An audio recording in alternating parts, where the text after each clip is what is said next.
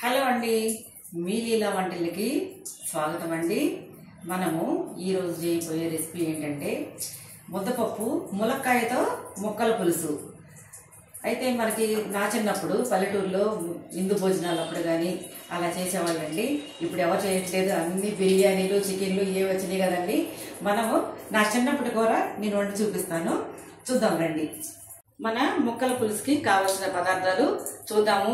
అయితే దీన్ని దప్పలం కూడా అంటారండి, కొంతమంది ముక్కల పులుసు అంటారు, మేమైతే ముక్కల పులుసు అంటాము. రండి చూద్దాము. టమాటాలు, ములక్కాయ, వంకాయలు, పచ్చిమిర్చి, ఉల్లిపాయలు, చింతపండు కావలసినంత, చిలకడదుంప, సొరకాయ ముక్క. మనం ముందుగా ఈ చిలకడ దుంపల్ని ఇట్లా ఫీల్ చేసుకుందామండి. నేను చిలకడ దుంప అంటే అందరికి తెలియదు ఏమండి, దాని పేరు అయితే గన్సుగడ్డు కూడా అంటారు కదా కొంతమంది. మేమైతే చిలకడ దుంప అనే అంటామండి. దీన్ని ఇట్లా మొత్తం పూర్తిగా అన్నీ ఫీల్ చేసుకుందామండి. మనము ఇవన్నీ ఇట్లా చక్కగా తీసుకున్నామండి. ఎప్పుడైనా పులుసుకి చిన్న చిన్న దుంపలే తెచ్చుకోవాలండి, పెద్దవి మంచిగా ఉండవు. ఇదైతే మనకు చక్కగా ఉప్పు కారం అన్నీ పట్టి చాలా బాగుంటుంది. నెక్స్ట్ మనం వంకాయలు కూడా కట్ చేసుకుందాము.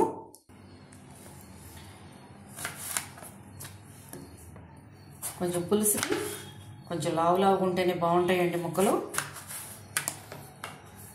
ఇట్లా నేను ఇలా కోస్తానండి, ఇట్లా ఉంటేనే బాగుంటాయి. మనం చిలకడదుంప ముక్కల్ని ఇట్లా కోసుకుందామండి, రౌండ్గా కోసుకుందాము. పాతకాలంలో ఇలాగే కోసేవాళ్ళు, చక్కగా రౌండ్గాను.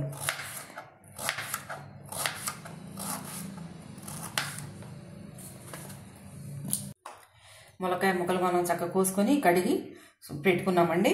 ఇప్పుడు ఉల్లిపాయ ముక్కలను ఇవి కోసుకుంటాము. పులుసు కదండి, నేను లావుగానే కోస్తాను ముక్కలు, ఓన్లీ సేమ్ ఇంతే. ఇంకా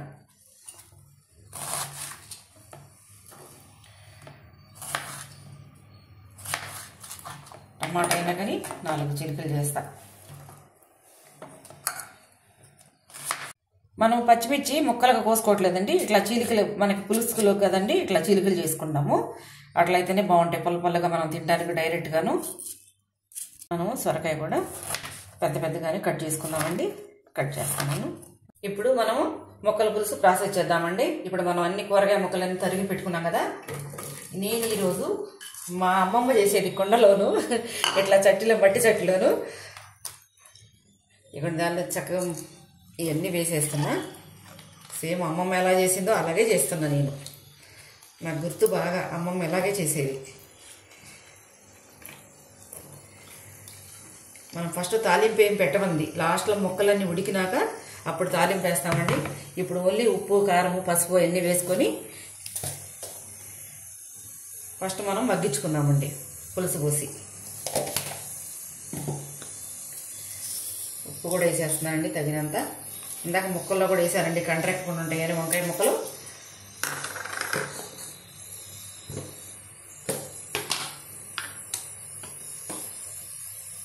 కారం మేము ఎక్కువే తింటామండి, అందుకని నేను ఇట్లా వేసుకున్నా. మీకు తగినంత మీరు వేసుకోండి.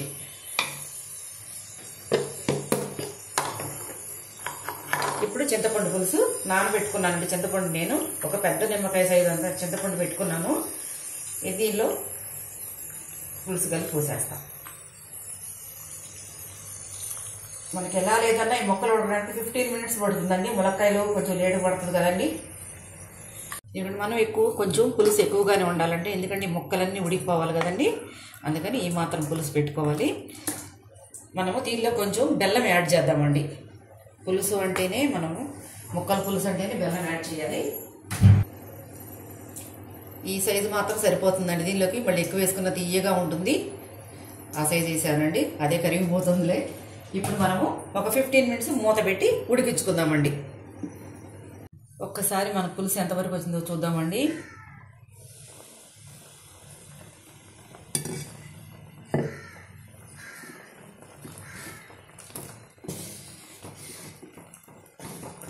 పులుసు అంటే మంచిగా పులుసుగా కాదండి, మనము కొంచెం దగ్గర పడేటట్టు చేసుకుందాము, అట్లయితేనే బాగుంటుంది ఇది. ఇప్పుడు మనం దీనిలో ఏమి యాడ్ చేస్తున్నానంటే జీరా పౌడర్ వేస్తున్నానండి, కొంచెం కరివేపాకు మధ్యలో వేసామనుకోండి ఆ ఫ్లేవర్ చాలా బాగుంటుంది.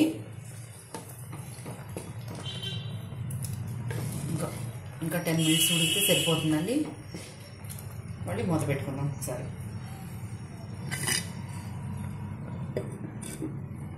మంచిగా ఉడికిపోయిందండి. ఇప్పుడు తాలింపు పెడతాము. మనం తాలింపుకి ఆయిల్ వేస్తున్నానండి. పులిసే కదండి, ఎక్కువ పట్టదు, 1 స్పూన్ సరిపోతుంది. కొంచెం 3 ఎండుమిర్చి,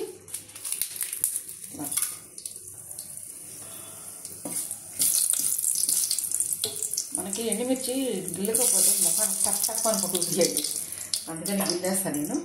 ఇప్పుడు ఆవాలు, మినపప్పు, పచ్చిశనగపప్పు, జీలకర్ర కలిపిన తాలింపు దినుసులు,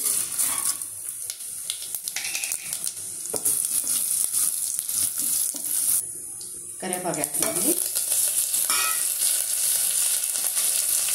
ముద్దపప్పు కాంబినేషన్లో ఈ ముక్కల పులుసు చాలా సూపర్ ఉంటుందండి, అందుకని నేను ఈరోజు ఇది చేస్తున్నా.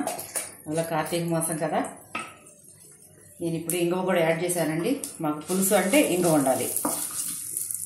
ఇప్పుడు అయిపోయిందండి, స్టవ్ ఆఫ్ చేస్తున్నా. మనం తాలింపు పెట్టుకున్నాం.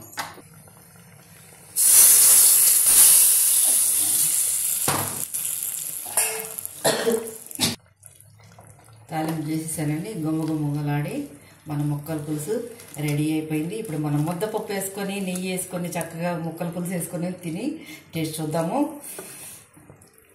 మనం ఇప్పుడు మన ముక్కల పులుసు రెడీ తిందామండి వేసుకొని. అయితే నేను ముద్దపప్పు ఆల్రెడీ వండుకున్నానండి. ఇప్పుడు ఈ పులుసు చక్కగా వేసుకుంటున్నాను, చూడండి. ఎమ్మి పులుసు మంచిగా ఉంటుంది. నేను టమాటాలు తిన్నాం. ఇదిగోండి ములక్కాయ కనిపించలే, ఇదిగోండి ములక్కాయ. మనం ఇప్పుడు నెయ్యి వేసుకుందాం. దీనిలో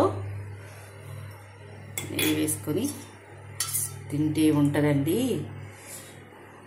మస్తు ఉంటుంది. చూడండి, ఇప్పుడు నేను ఇలా నెయ్యి పూసుకొని తింటా, చూసారా?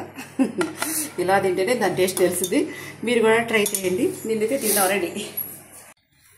ఇదిగోండి నేను కలుపుకుంటున్నా. వేడిగా ఉంది అన్నము, వేడి పులుసు మంది, పప్పు నెయ్యి కాంబినేషన్లో.